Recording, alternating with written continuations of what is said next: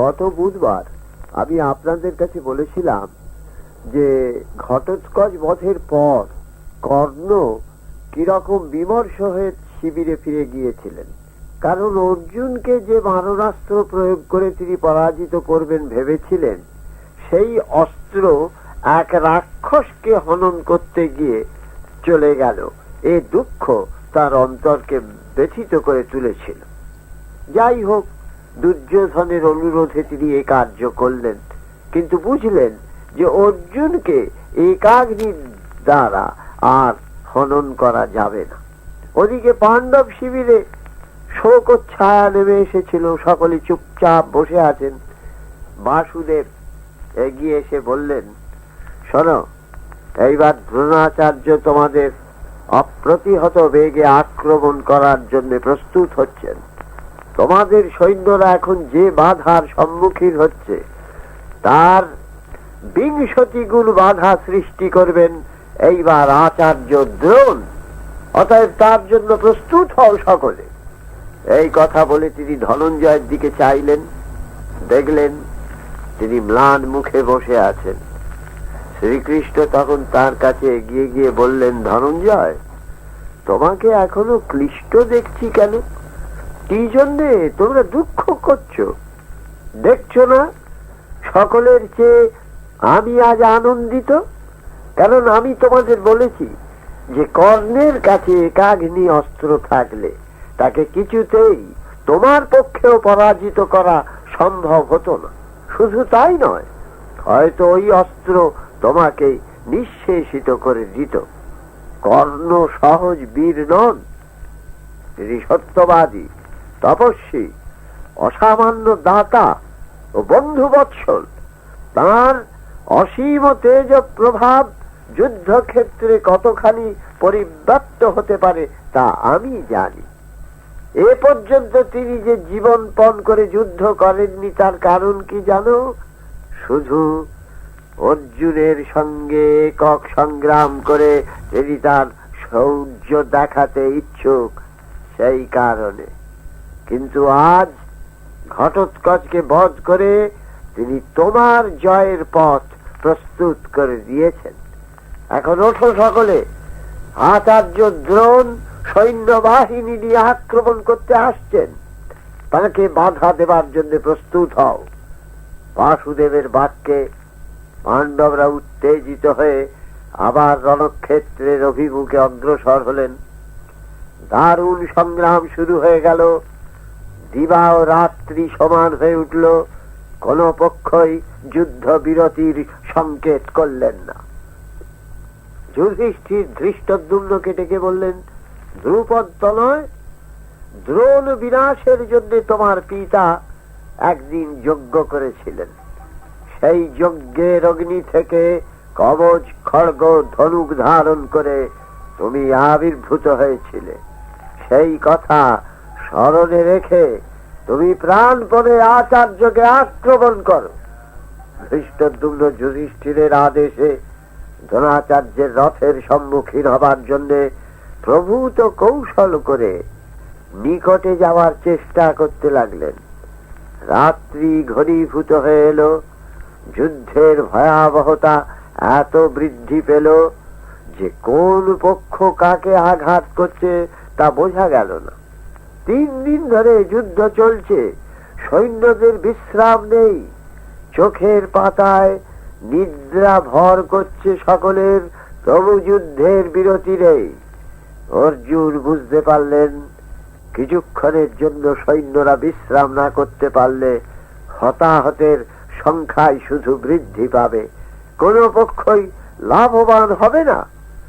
তিনি তখন সৈন্যদের মধ্যে ঘোষণা করলেন, তোমরা রণস্থলে কিছুক্ষণের জন্য নিদ্রা যাও, তারপর যুদ্ধ করো। অর্জুনের আদেশ পাওয়া মাত্র সৈন্যরা যুদ্ধ থেকে প্রত্যাবৃত হয়ে গাঢ় নিদ্রায় ঢলে পড়ল। কৌরব সৈন্যরাও যুদ্ধ বিরতির জন্য প্রার্থনা জানালে। কিছুক্ষণের জন্য উভয় পক্ষই বিশ্রাম নিতে লাগলো। রাজা দুর্যোধন দ্রোণ শিবিরে দ্রুত প্রবেশ করে বললেন, আচার্য, পাণ্ডব সৈন্যরা বিশ্রাম গ্রহণ করছে। এই সময় আপনি আবার সৈন্যদের বিশ্রাম করতে আদেশ দিলেন কেন, তা তো আমি বুঝতে পারছি না। আপনি স্নেহবশত বারবার ওদের রক্ষা করছেন দেখছি। আপনার পরাক্রম দেখে তারা যখন ভীত হয়ে পড়লো, তখন আপনি কিছুক্ষণের জন্য রণবিরতির আদেশ দিলেন। আশ্চর্য আপনার পাণ্ডব প্রীতি। আচার্য ক্রুদ্ধ হয়ে বলে উঠলেন, দুর্যোধন, যুদ্ধের একটা রীতি আছে, আমি সেই রীতি অনুসারেই কার্য করেছি। তুমি যদি তাতেও সন্তুষ্ট না হও, বেশ, তোমার ইচ্ছা অনুসারেই আমি কার্য করব। আমি এই অস্ত্র স্পর্শ করে আজ শপথ করছি, দিবারাত্রি ন্যায় অন্যায় কিছু আর মানব না। পাঞ্চালদের সর্বাগ্রে ধ্বংস করব, তারপর পাণ্ডবদের। পাণ্ডবরাও সহজ নয় যেন। ধনঞ্জয় কত বড় বীর, তাও তোমার সম্পূর্ণ অবিদিত। এক কথায় অর্জুন বিনাশ সম্ভবপর নয়। তোমারও মহারাজ ধৃতরাষ্ট্রের কাছে এক সময় ধৃষ্টতা প্রকাশ করে তোমরা সব বলেছিলে যে তুমি কর্ণ দুঃশাসন মিলে অর্জুন সমেত পাণ্ডবদের মুহূর্তের মধ্যে নিশ্চিহ্ন করে দিতে পারো। এতদিনেও তাদের কেশাগ্র স্পর্শ করতে পারো, শুধু বারবার আমায় তিরস্কার করে যাচ্ছ। বেশ, আমি এখনই চললাম। রাত্রির আর অবশিষ্ট অংশটুকু আমি যুদ্ধক্ষেত্রেই ব্যয় করব। এই বলে দ্রোণাচার্য পুনরায় রথে আরোহণ করে সৈন্যদের জাগ্রত করিয়ে রণস্থলে ছুটে চলে গেলেন। বাসুদেব অর্জুনকে বললেন, সব্যসাচী, কৌরবদের বাম ভাগে রেখে দ্রোণকে দক্ষিণ ভাবে রেখে যুদ্ধে প্রবৃত্ত হও। এই কথা বলে অর্জুনের রথকে শ্রীকৃষ্ণ সেইভাবে সংস্থাপনা করলেন। দ্রোণাচার্য তখন পাঞ্চালদের প্রবল ভাবে আক্রমণ করেছেন।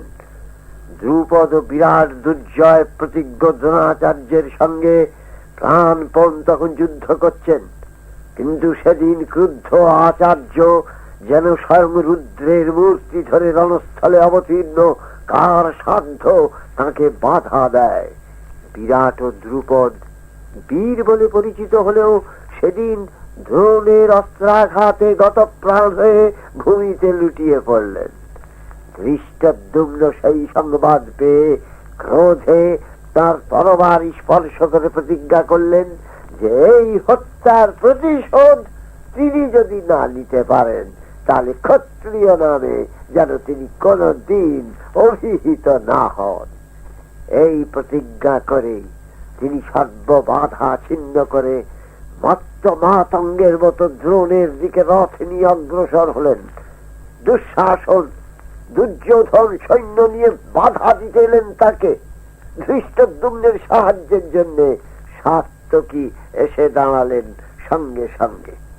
সাত্যকীকে দেখে দুর্যোধন বললেন, সাত্যকী, একদিন তুমি আমার প্রিয়তম বন্ধু ছিলে, কিন্তু আজ রণক্ষেত্রে তুমি আমাকে, আমি তোমাকে হত্যা করার জন্য চেষ্টা করছি। আশ্চর্য। সাত্যকী বললেন, যুদ্ধক্ষেত্র আর ক্রীড়াক্ষেত্র তো এক নয় দুর্যোধন, অতএব তুমি অতীতের কথা বিস্মৃত হও। ইচ্ছা করো যেন তুমি আমায় সংহার করতে পারো। আমিও এই লক্ষ লক্ষ আত্মীয় বন্ধুর মৃত্যু দেখে দেখে পরিশ্রান্ত হয়ে উঠছি। তবে যুদ্ধকালে ক্ষত্রিয়ের পক্ষে মায়া প্রদর্শন গুণ নয়, বীরত্ব প্রদর্শনই একমাত্র কার্য। অতএব এসো, সেই বীরত্বই আমরা অবলম্বন করি। এই বলে উভয় তুমুল যুদ্ধে ব্যাপৃত হলেন। আজ এই পর্যন্ত।